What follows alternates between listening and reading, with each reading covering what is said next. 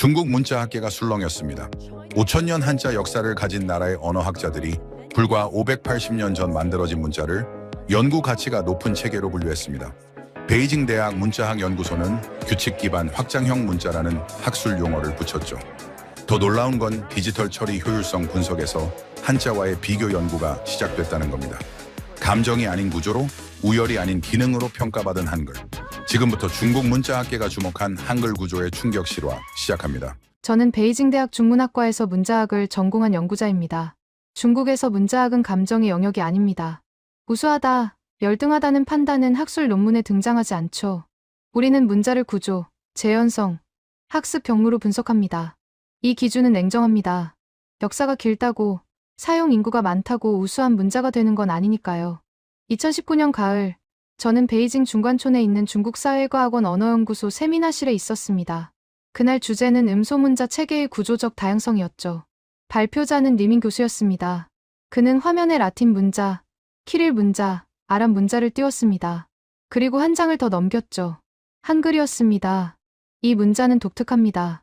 자음과 모음이 분리돼 있지만 표기는 음절 단위로 결합됩니다. 이 구조는 다른 음소문자에서 찾기 어렵습니다. 리민 교수의 설명은 담담했습니다. 칭찬도 폄하도 없었죠. 그저 구조를 설명했을 뿐입니다. 하지만 세미나실 분위기는 달라졌습니다. 참석자 30여 명이 화면을 뚫어지게 봤죠. 저 역시 그랬습니다. 한글은 제가 10년간 연구해온 한자와 완전히 달랐습니다. 한자는 형태소 문자입니다. 하나의 글자가 하나의 의미를 담죠. 산은 산이고 물은 물입니다. 구조는 복잡하지만 의미 전달은 직관적입니다. 반면 한글은 소리를 기록하는 문자였습니다. 그런데 단순히 소리만 적는 게 아니었죠. 자음 14개, 모음 10개로 시작해서 조합 규칙만 이해하면 수천 개의 음절을 만들 수 있었습니다. 이건 재현 가능한 구조였습니다. 세미나가 끝난 뒤 저는 리민 교수에게 질문했습니다. 한글 연구는 중국 문자학계에서 얼마나 진행됐습니까? 생각보다 많습니다. 1980년대부터 베이징대, 푸단대, 난징대에서 비교 연구가 있었죠. 최근엔 디지털 처리 관점에서 재조명되고 있습니다. 리민 교수는 자료 몇 장을 건넸습니다. 논문 제목들이었죠. 한글의 음소 배열 원리와 정보 처리 효율성, 한자와 한글의 학습, 경로 비교 연구, 규칙 기반 문자 체계의 확장성 분석, 모두 2010년 이후 발표된 논문들이었습니다. 저는 그날 밤 연구실로 돌아와 자료를 펼쳤습니다. 한글이라는 문자 체계를 처음 제대로 들여다본 순간이었죠. 그리고 깨달았습니다. 이 문자는 단순히 한국의 문자가 아니라 문자학 연구에서 비교 모델로 활용될 만한 가치가 있다는 걸 말이죠. 제 동료 왕쥐는 한글 연구에 회의적이었습니다. 한자도 제대로 못 배우는 학생들이 넘쳐나는데 다른 나라 문자를 왜 연구합니까? 문자 체계를 이해하려면 비교가 필요합니다. 한자만 보면 한자의 특성을 설명할 수 없어요. 왕쥐는 고개를 저었습니다. 하지만 저는 확신했습니다. 한글은 한자를 설명하기 위한 거울이 될 수 있다고 말이죠. 문자는 문화적 자부심의 대상이 아닙니다. 분석과 연구의 대상입니다. 중국 학계는 그 기준으로 한글을 보기 시작했습니다. 그리고 저 역시 그 흐름 속에 있었습니다. 2019년 12월, 저는 난징대학 언어학과 주최 동아시아 문자 비교 학술대회에 참석했습니다. 주제는 음소문자의 구조적 분류와 학습 효율성이었죠. 발표자는 총 12명, 그중 3명이 한글을 다뤘습니다. 이건 이례적인 일이었습니다. 중국 학술대회에서 한국 문자가 이렇게 비중 있게 다뤄진 적은 거의 없었으니까요. 첫 번째 발표자는 푸단대학 천리 교수였습니다. 한글의 가장 독특한 지점은 자음과 모음의 명확한 분리입니다. 라틴 문자도 자음과 모음을 구분하지만 한글처럼 시각적으로 분리된 구조는 아닙니다. 천리 교수는 화면에 영어 단어 cat을 띄웠습니다. 그리고 한글 고양이를 나란히 놓았죠. 영어는 CAT, 세 개의 문자를 일렬로 배열합니다. 하지만 한글은 기역, 오, 이렇게 자음과 모음을 분리한 뒤 음절 단위로 결합합니다. 이 구조는 분석적입니다. 화면에 분해도가 떴습니다. 고라는 글자가 기역과 오로 나뉘었죠. 그리고 다시 결합됐습니다. 마치 레고 블록처럼 말이죠. 청중석에서 손이 올라갔습니다. 베이징 사범대학 장의 교수였습니다. 그 분리 구조가 학습에 어떤 영향을 줍니까? 천리 교수는 자료를 넘겼습니다. 한글 학습자는 자음 14개, 모음 10개만 익히면 기본 음절 조합이 가능합니다. 이론적으로는 11,172개의 음절을 만들 수 있죠. 이건 규칙 기반 확장입니다. 11,172개. 청중석이 술렁였습니다. 저 역시 놀랐죠. 스문에게의 기본 요소로 만들 수 있는 조합이 10,000개가 넘는다는 건 구조적 효율성이 매우 높다는 의미였습니다. 천리 교수는 계속했습니다. 반면 한자는 상용 한자만 3,500자입니다. 각 글자마다 필순, 의미, 발음을 따로 익혀야 하죠. 이건 암기 기반 학습입니다. 비교는 냉정했습니다. 우열을 논하는 게 아니었죠. 단지 구조의 차이를 설명했을 뿐입니다. 하지만 그 차이는 명확했습니다.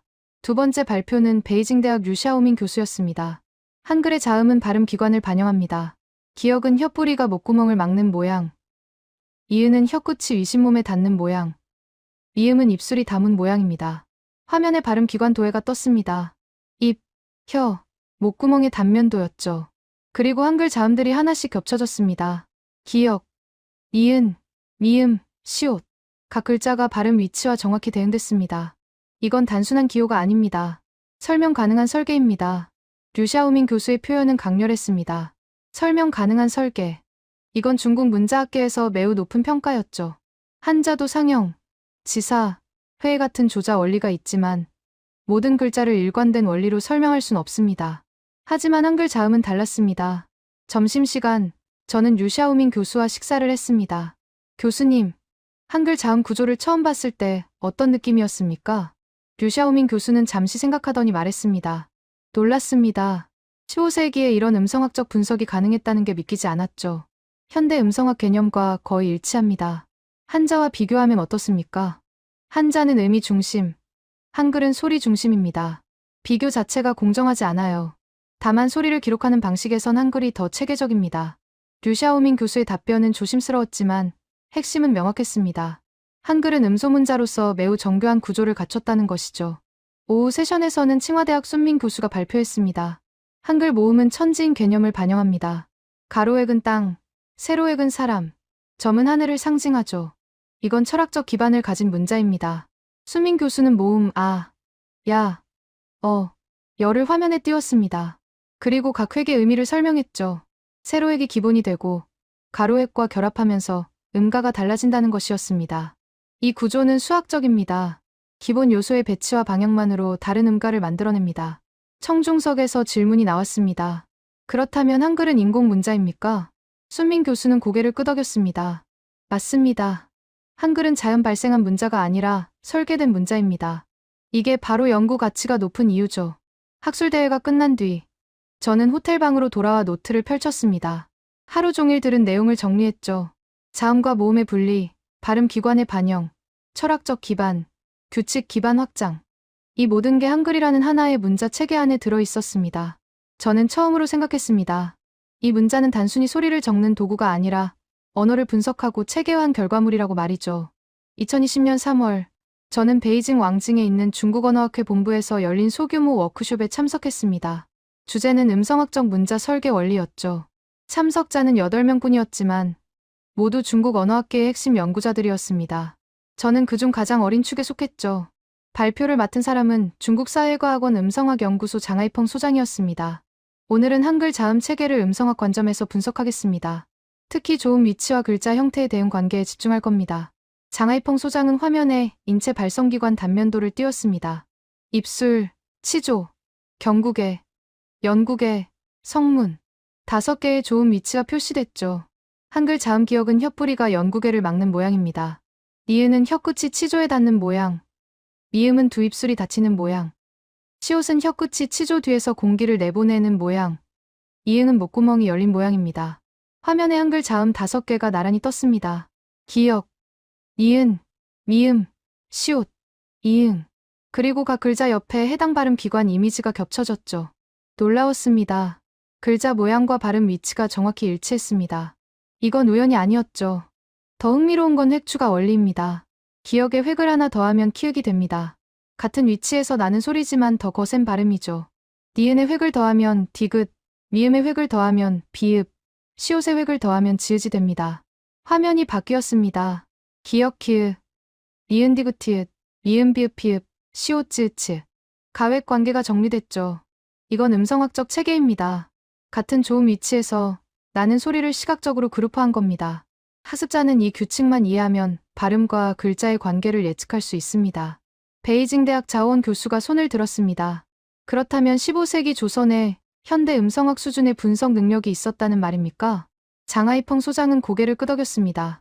훈민정음 해례본을 보면 아음은 목구멍 소리, 설음은 혀 소리, 순음은 입술 소리라는 설명이 나옵니다. 이건 좋은 위치 분류입니다. 현대 음성학과 용어만 다를 뿐 개념은 동일합니다. 회의실이 조용해졌습니다. 15세기라는 시간이 주는 충격이었죠. 유럽에서 현대 음성학이 정립된 건 19세기입니다. 그보다 400년 앞선 시기에 이런 분석이 가능했다는 건 단순히 우연이나 직관으로 설명할 수 없었습니다. 장하이펑 소장은 발표를 이어갔습니다. 이제 모음을 보겠습니다. 한글 모음은 천지인, 즉 하늘 땅 사람 개념을 기반으로 합니다. 점은 하늘, 가로액은 땅, 세로액은 사람을 상징하죠. 화면에 모음 11개가 떴습니다. 아, 야, 어, 여, 오, 요, 우, 유, 으, 이, 그리고 옛 글자 하나. 각 모음 옆에 점, 가로액, 세로액의 조합이 표시됐습니다. 모음하는 세로액과 오른쪽 점의 결합입니다. 야는 세로액과 오른쪽 2점, 어는 세로액과 왼쪽 점, 여는 세로액과 왼쪽 2점입니다. 점의 위치와 개수로 음가가 달라지죠. 오는 가로액과 위쪽 점, 요는 가로액과 위쪽 2점, 우는 가로액과 아래쪽 점, 유는 가로액과 아래쪽 2점입니다. 이 역시 규칙적입니다. 자오원 교수가 다시 질문했습니다. 그 점과 핵의 배치에 음성학적 근거가 있습니까? 장하이펑 소장은 잠시 머뭇거렸습니다. 철학적 근거는 명확합니다. 음성학적 근거는 부분적입니다. 다만 중요한 건 이 체계가 학습자에게 규칙으로 인식된다는 점입니다. 암기가 아니라 이해를 통한 학습이 가능하죠. 휴식 시간에 저는 장하이펑 소장에게 다가갔습니다. 소장님, 한자와 비교하면 어떻습니까? 장하이펑 소장은 차를 한 모금 마셨습니다. 한자는 글자 하나하나가 독립적입니다. 샨산과 쉐수의 관계를 규칙으로 설명할 수 없죠. 하지만 한글은 다릅니다. 기역과 키읔의 관계, 아와 야의 관계는 모두 규칙으로 설명됩니다. 그럼 한글이 더 우수한 겁니까? 장하이펑 소장은 고개를 저었습니다. 우수하고 열등한 게 아닙니다. 역할이 다른 겁니다. 한자는 의미 전달에 강하고 한글은 소리 재현에 강합니다. 우리는 그 차이를 연구할 뿐입니다. 오후 세션에서는 난징대학 왕리 교수가 컴퓨터 화면을 띄웠습니다. 한글의 규칙성은 디지털 처리에서 장점이 됩니다. 자음 19개, 모음 21개, 받침 27개의 조합 규칙만 입력하면 모든 한글 음절을 생성할 수 있습니다. 화면에 코드가 떴습니다. 유니코드 한글 음절 생성 알고리즘이었죠.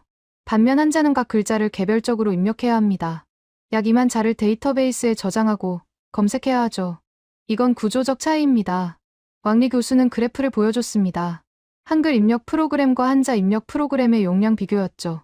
한글은 수십 킬로바이트, 한자는 수 메가바이트. 차이가 명확했습니다.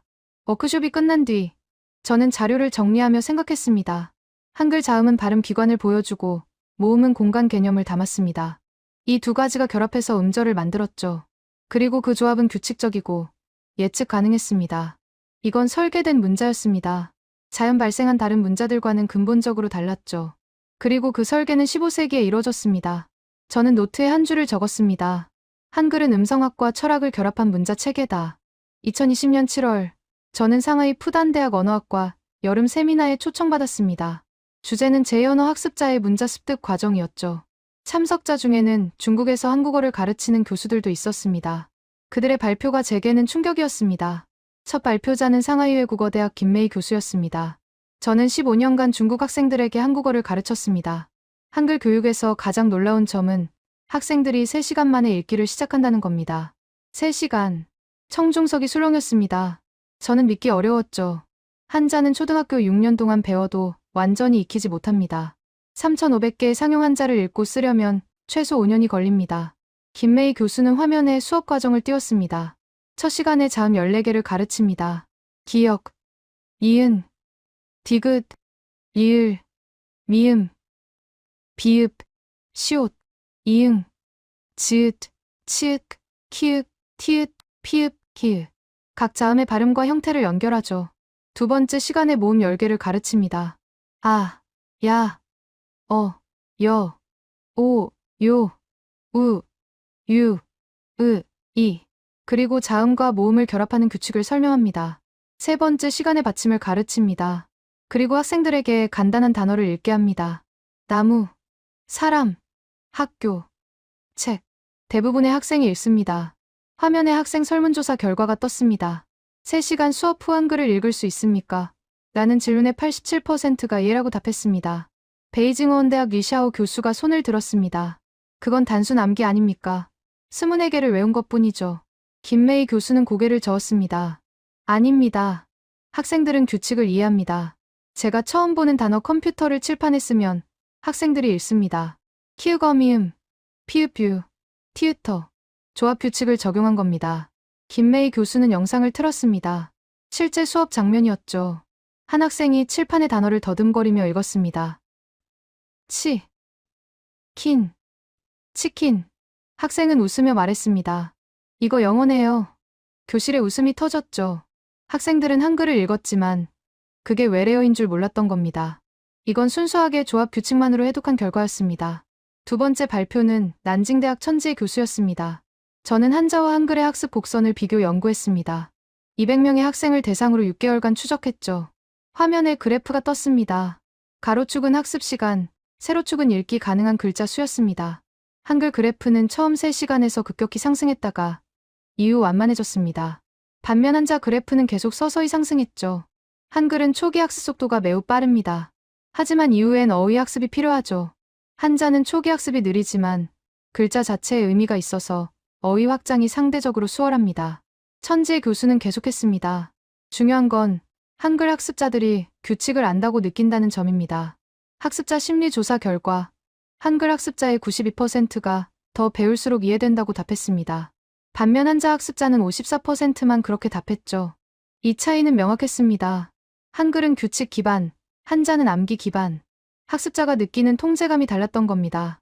점심시간, 저는 김메이 교수와 대화를 나눴습니다. 교수님, 학생들이 가장 어려워하는 부분은 뭡니까? 김메이 교수는 잠시 생각했습니다. 받침 발음 규칙이요. 받침 기억은 크, 받침 디귿은 트 소리가 납니다. 이건 규칙이지만 직관적이지 않죠. 학생들이 혼란스러워합니다. 그럼 한글도 불규칙이 있는 건가요? 있습니다. 하지만 그 불규칙조차 설명 가능합니다. 음운 변화 규칙으로 설명되죠. 학생들은 그 규칙을 배우면 다시 예측할 수 있게 됩니다. 저는 놀랐습니다. 불규칙마저 규칙으로 설명된다는 건 문자 체계가 언어 체계와 긴밀하게 연결돼 있다는 의미였습니다. 오후 세션에서는 베이징대학 양민 교수가 발표했습니다. 저는 한글의 확장성을 연구했습니다. 기본 자모 24개로 시작하지만 학습자는 곧 쌍자음, 복합 모음을 이해하게 됩니다. 화면에 쌍자음이 떴습니다. 쌍기역, 쌍디귿, 쌍비읍, 쌍시옷, 쌍지, 그리고 복합 모음, 에, 예, 와, 왜, 워, 왜, 의. 쌍자음은 기본 자음을 2번 쓴 겁니다. 복합 모음은 기본 모음을 결합한 겁니다. 이건 새로운 글자가 아니라 조합 규칙의 확장입니다. 양민 교수는 실험 결과를 보여줬습니다. 학생들에게 쌍기역을 가르치지 않았습니다. 하지만 까치라는 단어를 보여주자 67%가 발음을 추측했습니다. 기억 2개니까 더 3개? 라는 질문이 나왔죠. 이건 놀라운 결과였습니다. 가르치지 않아도 학습자가 규칙을 추론했다는 것이니까요. 한글은 규칙 기반 확장형 문자입니다. 기본 요소를 이해하면 새로운 조합을 예측할 수 있습니다. 이건 학습 효율성뿐 아니라 학습자 자신감에도 영향을 줍니다. 세미나가 끝난 뒤 저는 호텔로 돌아와 노트를 펼쳤습니다. 그날 들은 내용을 정리했죠. 한글은 24개의 기본 요소로 시작합니다. 하지만 그 요소들은 독립적이지 않습니다. 자음과 모음이 결합하고 받침이 추가되고 쌍자음과 복합 모음으로 확장됩니다. 이 모든 과정이 규칙으로 설명됩니다. 학습자는 규칙을 이해하면 새로운 글자를 예측할 수 있습니다. 이건 암기가 아니라 적용입니다. 문자 학습이 문제 해결 과정이 되는 겁니다. 저는 한자를 떠올렸습니다. 한자를 배우는 건 하나씩 익히는 과정입니다. 샨산을 알아도 쇠수를 예측할 수 없죠. 하지만 한글은 달랐습니다. 기역과 알을 알면 가를 만들 수 있습니다. 거, 고, 구도 만들 수 있죠. 조합 규칙이 학습 경로 자체가 되는 문자. 이게 중국 학계가 한글을 규칙 기반 확장형 문자로 분류한 이유였습니다. 2021년 1월, 저는 중국사회과학원 언어연구소 원래 세미나에서 발표를 맡았습니다. 주제는 한자와 한글의 기능적 분류였죠. 저는 2년간 준비한 연구 결과를 발표할 예정이었습니다. 하지만 솔직히 긴장됐습니다. 한자를 연구하는 중국 학자들 앞에서 한글을 다룬다는 게 부담스러웠으니까요. 세미나실에는 15명의 연구자가 있었습니다. 대부분 저보다 20년 이상 선배였죠. 저는 화면에 첫 슬라이드를 띄웠습니다. 한자와 한글을 비교할 때 우리는 자주 어느 쪽이 더 우수한가를 묻습니다. 하지만 이 질문은 적절하지 않습니다. 두 문자는 애초에 다른 역할을 합니다. 화면에 두 개의 문장이 떴습니다. 하나는 한자, 하나는 한글이었죠. 와아니, 나는 너를 사랑한다. 사랑해. 저는 설명을 이어갔습니다. 한자 아에는 글자 자체가 사랑이라는 의미를 담습니다. 발음을 모르거나 잊어도 의미는 전달됩니다. 이건 형태소 문자의 장점입니다. 반면 한글 사랑에는 소리를 기록한 겁니다. 시오자리라응이에 각 글자는 의미가 없습니다. 하지만 조합하면 발음이 재현되고 그 발음이 의미를 전달하죠. 베이징 대학 장텐 교수가 손을 들었습니다. 그럼 한자가 더 효율적인 것 아닙니까? 하나의 글자로 의미를 전달하니까요. 저는 고개를 저었습니다.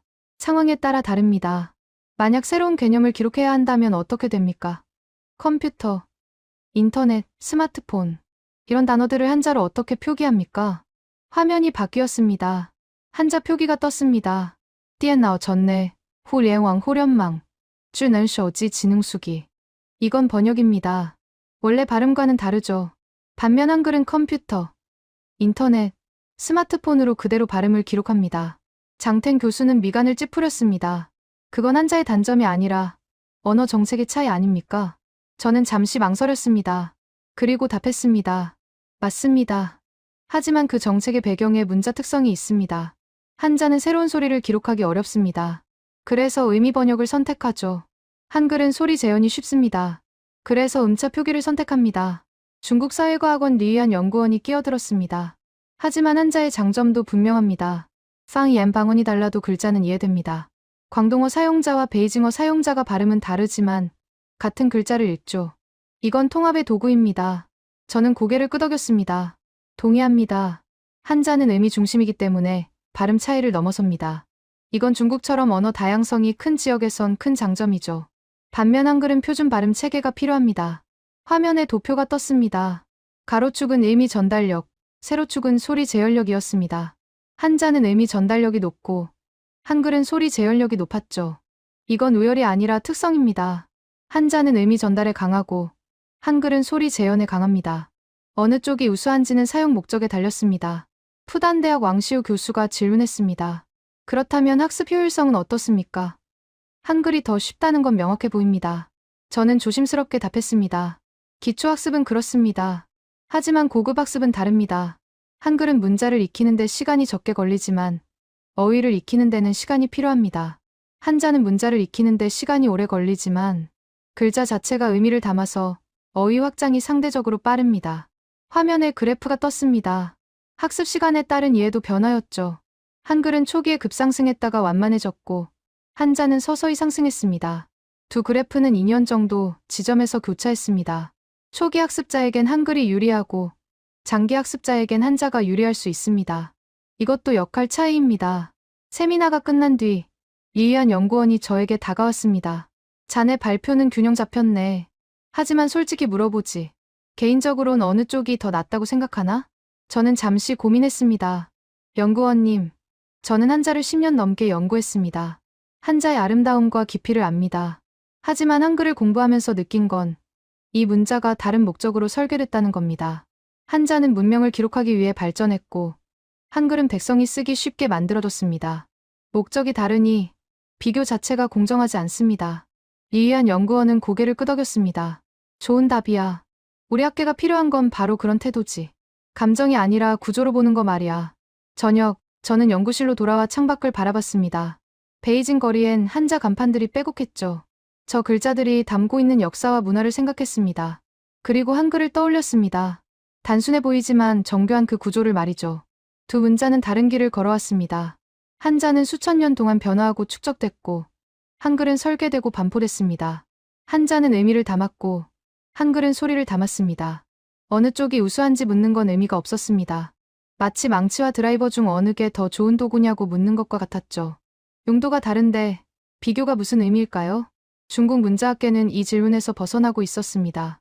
우열이 아니라 기능을, 감정이 아니라 구조를 보기 시작했죠. 그리고 그 관점에서 한글은 연구할 가치가 충분했습니다. 저는 노트에 한 줄을 적었습니다. 한자와 한글은 경쟁자가 아니라 서로를 설명하는 참조점이다. 2021년 9월, 저는 항저우에서 열린 디지털 인문학과 문자처리 국제학술대회에 참석했습니다. 주최는 저장대학 컴퓨터학과와 인문학부 공동이었죠. 참석자 중엔 언어학자뿐 아니라 프로그래머, 인공지능 연구자들도 있었습니다. 저는 처음으로 문자를 데이터로 보는 사람들을 만났습니다. 기조연설자는 칭화대학 컴퓨터학과 천희애 교수였습니다. 디지털 시대의 문자는 기호 체계입니다. 컴퓨터는 의미를 이해하지 못합니다. 오직 패턴과 규칙만 처리하죠. 이 관점에서 문자의 가치는 달라집니다. 천희애 교수는 화면에 코드를 띄웠습니다. 유니코드 한자 인코딩이었죠. 한자는 약 9만 자가 유니코드에 등록돼 있습니다. 각 글자는 개별 코드를 갖습니다. 예를 들어 하오는 U597D, 니니는 U4F60입니다. 컴퓨터는 이 코드들을 저장하고 검색합니다. 화면이 바뀌었습니다. 한글 유니코드 인코딩이 떴죠. 한글은 다릅니다. 1172개의 음절이 AC 영영부터 D7A3까지 할당돼 있습니다. 하지만 이건 저장이 아니라 계산입니다. 천희애 교수는 수식을 보여줬습니다. 한글 음절 코드 588 초성, 인덱스 28 중성 인덱스 종성 인덱스 44032. 예를 들어 한은 히읗 초성 18번 아중성 0번 니은 중성 4번입니다. 588 18 28 04 44032 54620. 이게 한의 유니코드 D55C입니다. 청중석이 술렁였습니다. 저도 놀랐죠. 한글은 저장이 아니라 생성되는 문자였습니다. 이게 왜 중요하냐면 한자는 세 글자가 나오면 코드를 추가해야 합니다. 하지만 한글은 조합 규칙이 있으니 이론적으로 모든 음절을 생성할 수 있습니다. 상하이 교통대학 장리 교수가 질문했습니다. 실용적으로는 어떤 차이가 있습니까? 천희애 교수는 다음 슬라이드로 넘어갔습니다. 입력 프로그램을 예로 들겠습니다. 한자 입력은 두 가지 방식이 있습니다. 병음 입력과 자영 입력. 병음 입력은 발음을 치고 글자를 선택하죠. 니하오를 치면 니하오 외에도 수십 개 동음이어가 나옵니다. 화면에 중국어 입력 화면이 떴습니다. 네 헤어를 치자 정말 수십 개의 선택지가 나왔죠. 자영 입력은 오비자형 같은 방식입니다. 글자 구조를 분해해서 입력하죠. 하오는 뉴아즈로 분해됩니다. 하지만 이것도 학습이 필요합니다. 천희애 교수는 한글 입력 화면을 띄웠습니다. 한글은 자음과 모음을 순서대로 치면 됩니다. 기역, 아를 치면 자동으로 가가 됩니다. 니은을 추가하면 간이 되죠. 선택 과정이 없습니다. 규칙만 있습니다. 저는 손을 들었습니다. 그럼 한글 입력이 더 빠릅니까? 천희애 교수는 고개를 저었습니다. 속도는 숙련도에 달렸습니다. 하지만 학습 곡선은 다릅니다. 한글 입력은 자모만 알면 바로 가능합니다. 한자 입력은 글자와 발음, 그리고 선택 규칙까지 익혀야 하죠. 오후 세션에서는 베이징대학 인공지능연구소 류천 교수가 발표했습니다. 저는 자연어 처리 관점에서 문자를 분석합니다. 특히 형태소 분석과 음소 분석의 차이를 보겠습니다. 화면에 중국어 문장이 떴습니다. 와의 추종거차에 나는 중국 요리 먹는 걸 좋아한다. 이 문장을 컴퓨터가 처리하려면 각 글자의 의미를 파악해야 합니다. 원아, 아이 사랑하다, 출 먹다, 쫑거 중국, 차의 요리. 그리고 문법 구조를 분석하죠. 화면이 바뀌었습니다. 한국어 문장이 떴습니다. 나는 한국 음식 먹는 걸 좋아해. 한글은 다릅니다. 컴퓨터는 먼저 형태소 분석을 합니다. 좋아해를 조, 아, 해로 나누죠. 그런 다음 의미를 파악합니다. 류천 교수는 비교표를 띄웠습니다. 한자는 글자 단위 분석, 한글은 형태소 단위 분석. 이건 처리 방식의 차이입니다. 어느 쪽이 우수한지는 단정할 수 없지만 한글은 규칙적 변형이 가능하다는 장점이 있습니다. 예를 들어 먹다에서 먹어, 먹고, 먹으면을 만들 수 있습니다. 이건 규칙 기반 생성입니다. 한자는 출기에서 이런 변형이 없죠. 대신 다른 글자를 붙입니다. 저녁 세션에서는 저장대학 자오민 교수가 기계번역 사례를 발표했습니다. 제가 실험한 건 중국어 한국어 기계번역입니다. 흥미로운 건 한글의 규칙성이 번역 품질을 높인다는 점입니다. 화면에 번역 예시가 떴습니다. 중국어 我想学习韩语. 나는 한국어를 배우고 싶다. 기계번역 나는 한국어를 학습하고 싶어요. 한글은 어미 변화가 규칙적입니다. 고 싶다. 고 싶어요. 고 싶습니다. 컴퓨터가 이 규칙을 학습하면 다양한 문맥에 적용할 수 있죠. 자오민 교수는 오류 사례도 보여줬습니다. 물론 한자도 문법 규칙이 있습니다. 하지만 글자 자체는 불변입니다. 죄악은 항상 죄이죠. 반면 한글은 배우다, 배워, 배우고처럼 변합니다. 이 변형을 처리하는 게 어렵습니다. 학술대회가 끝난 뒤 저는 천희의 교수와 차를 마셨습니다. 교수님, 디지털 시대엔 한글이 더 유리합니까? 천희의 교수는 찻잔을 내려놓았습니다. 유리하다기보단 적합하다고 해야죠. 한글의 규칙 기반 구조는 컴퓨터 처리와 잘 맞습니다. 입력, 분해, 재조합이 모두 규칙으로 설명되니까요. 한자는 어떻습니까? 한자는 의미 중심입니다. 이건 인공지능 시대에 새로운 가치가 있어요. 의미 벡터, 인베딩 같은 기술과 결합하면 강력하죠. 한자 하나에 풍부한 의미가 담겨 있으니까요. 저는 고개를 끄덕였습니다. 다시 한번 우열이 아니라 역할이었습니다. 호텔로 돌아온 저는 노트북을 켰습니다. 한글 입력을 해보고 싶었죠. 키보드의 기억, 니은을 차례로 쳤습니다. 화면에 간이 떴습니다. 그리고 디귿을 쳤습니다. 간이 가드로 바뀌었죠. 이건 실시간 조합이었습니다. 컴퓨터가 규칙을 적용해서 타이핑하는 즉시 글자를 만들어낸 겁니다. 저는 감탄했습니다. 이 문자는 디지털 환경을 예측하고 만든 게 아닌데 결과적으로 디지털 환경과 잘 맞았습니다. 규칙 기반 구조. 이게 한글이 현대의 정보 처리 환경에서 주목받는 이유였습니다. 2022년 4월, 저는 베이징 국가도서관 공문원실에 있었습니다. 중국사회과학원 언어연구소가 주관하는 동아시아 문자 비교 연구 프로젝트의 일환이었죠. 저를 포함해 6명의 연구자가 3년간 한자, 한글, 일본 가나를 비교 연구하기로 했습니다. 프로젝트 책임자는 중국사회과학원 장칭 연구원이었습니다. 이 프로젝트의 목적은 우열을 가리는 게 아닙니다. 각 문자 체계가 어떤 언어적 문제를 해결했는지, 어떤 구조적 특성을 갖는지 분석하는 겁니다. 장칭 연구원은 자료를 나눠줬습니다. 연구 계획서였죠. 1차 년도엔 문자 구조 분석, 2차 년도엔 학습 효율성 비교, 3차 년도엔 디지털 환경 적응성을 다룹니다. 한글 파트는 자네가 맡아주게. 저는 고개를 끄덕였습니다. 하지만 속으로는 의문이 들었죠. 왜 중국 정부 산하 연구기관이 한글 연구에 예산을 쓰는 걸까? 장칭 연구원은 제 표정을 읽었는지 말했습니다. 자네 궁금한 거 알아. 왜 우리가 다른 나라 문자를 연구하느냐? 그렇지? 네, 솔직히 그렇습니다. 간단해. 한자를 이해하려면 비교 대상이 필요하거든. 한자만 연구하면 한자의 특성이 보편적인지 특수한지 알 수 없어. 한글은 완전히 다른 체계야. 이걸 연구하면 한자의 본질이 더 명확해지지. 장칭 연구원은 책장에서 책 한 권을 꺼냈습니다. 훈민정음 해례본 영인본이었죠. 1446년에 만들어진 이 책은 문자 설계 원리를 설명한 세계 유일의 문헌이야. 다른 문자는 어떻게 만들어졌는지 기록이 없어. 라틴 문자도, 아랍 문자도, 한자도 마찬가지지. 하지만 한글은 다르거든. 저는 해례본을 펼쳤습니다. 정인지 서문이 보였죠. 이건 문자학 연구의 보물이야. 설계자의 의도, 음성학적 근거, 철학적 배경이 모두 기록돼 있어. 우리는 이걸 통해 문자가 어떻게 체계화되는지 배울 수 있지. 5월부터 본격적인 연구가 시작됐습니다. 저는 베이징대, 칭화대, 난징대 도서관을 돌며 한글 관련 중국 논문을 수집했습니다. 놀라운 사실을 발견했습니다. 1980년대부터 중국에서 발표된 한글 관련 논문이 300편이 넘었던 겁니다. 주제는 다양했죠.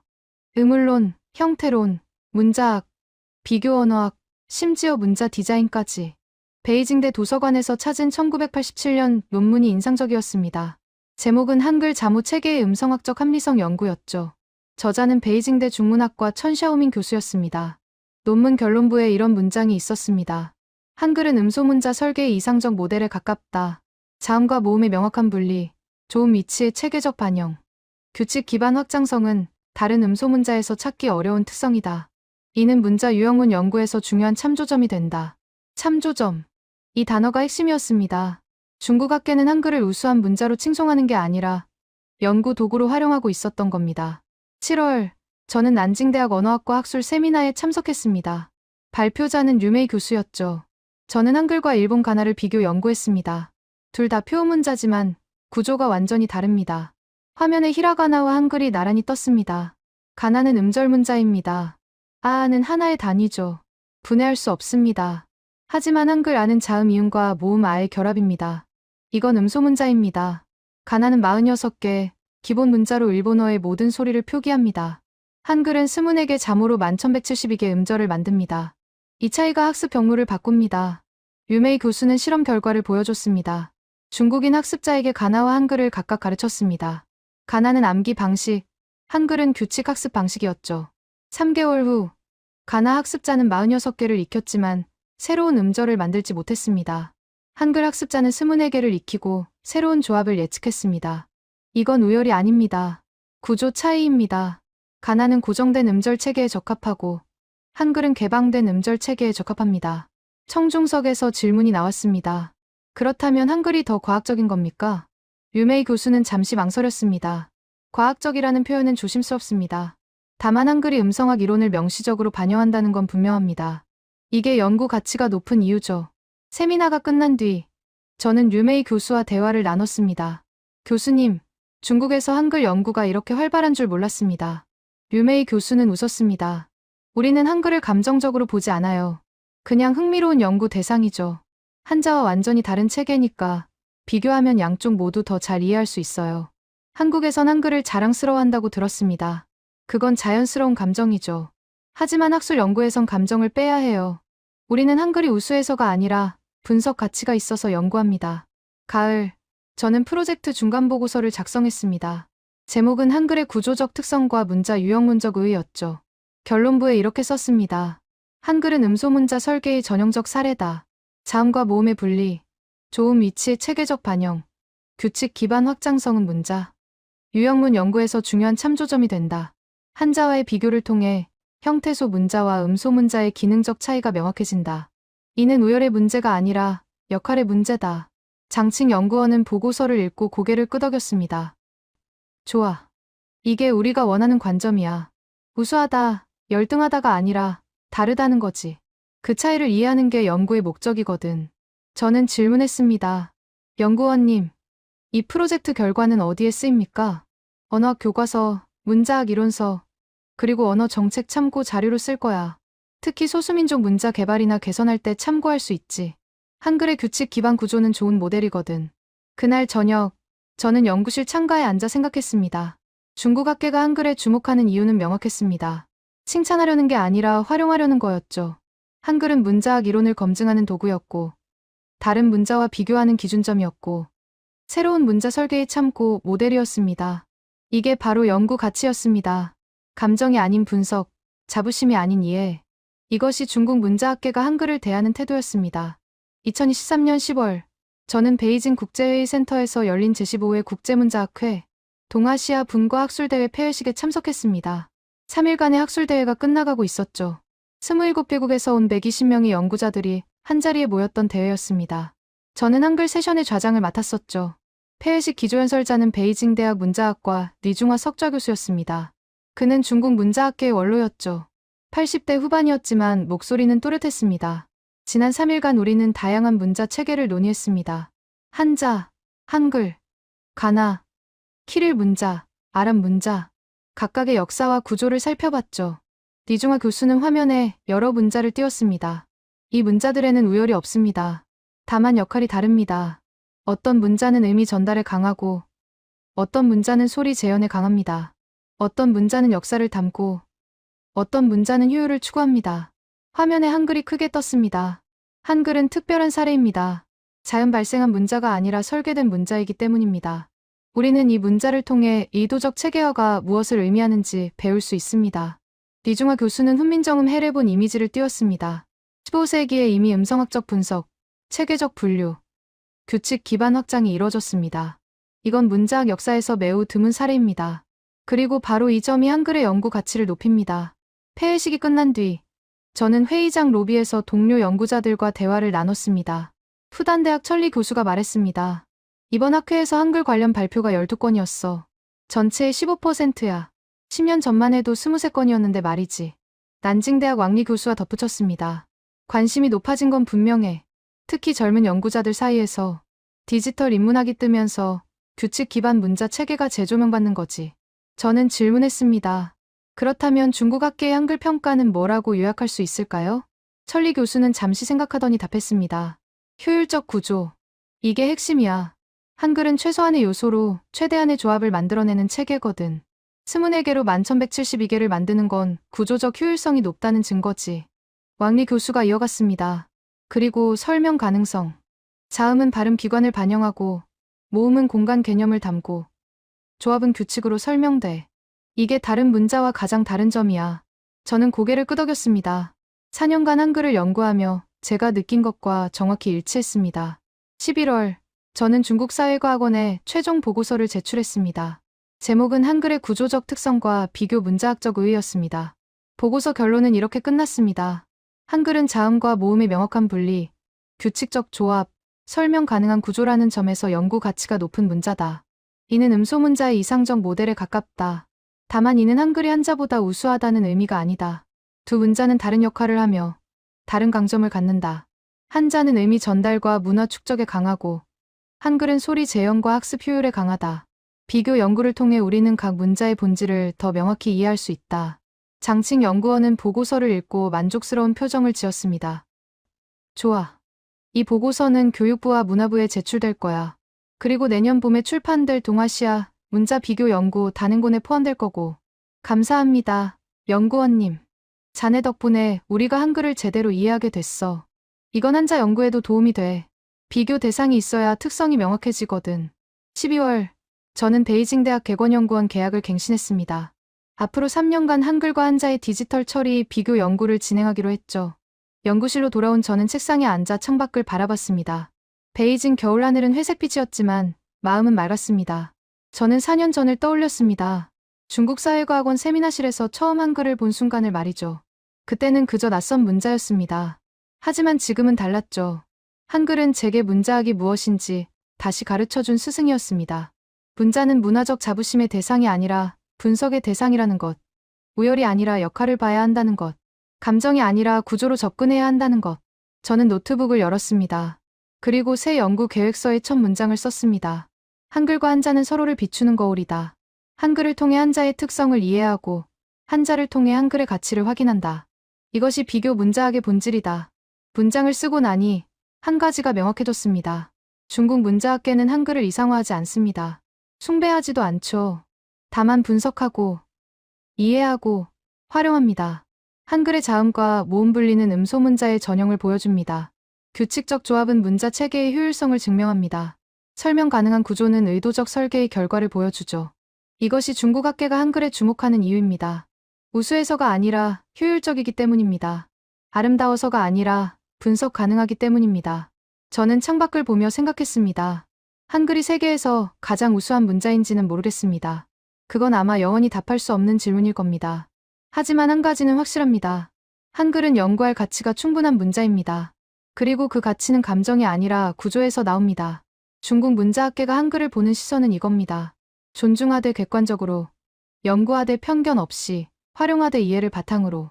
저는 마우스를 클릭해 파일을 저장했습니다. 그리고 다음 연구를 위해 자료를 펼쳤습니다. 한글 디지털 폰트 렌더링 알고리즘에 관한 논문이었죠. 연구는 계속됩니다. 한글도, 한자도, 모든 문자는 끊임없이 분석되고 이해될 겁니다. 그게 문자학자의 역할이니까요. 감정이 아닌 구조로, 자부심이 아닌 이해로. 이것이 중국 문자학계가 한글을 대하는 방식입니다.